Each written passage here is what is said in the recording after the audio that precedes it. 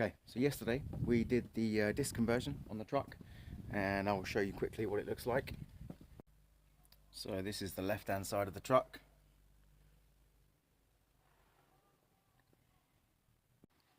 and the right hand side of the truck.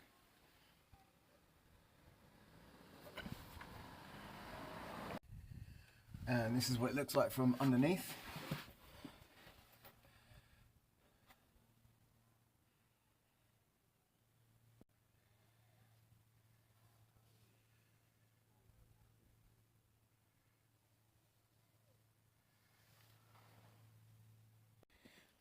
Okay, so it was about a 2-hour job, so an hour each side.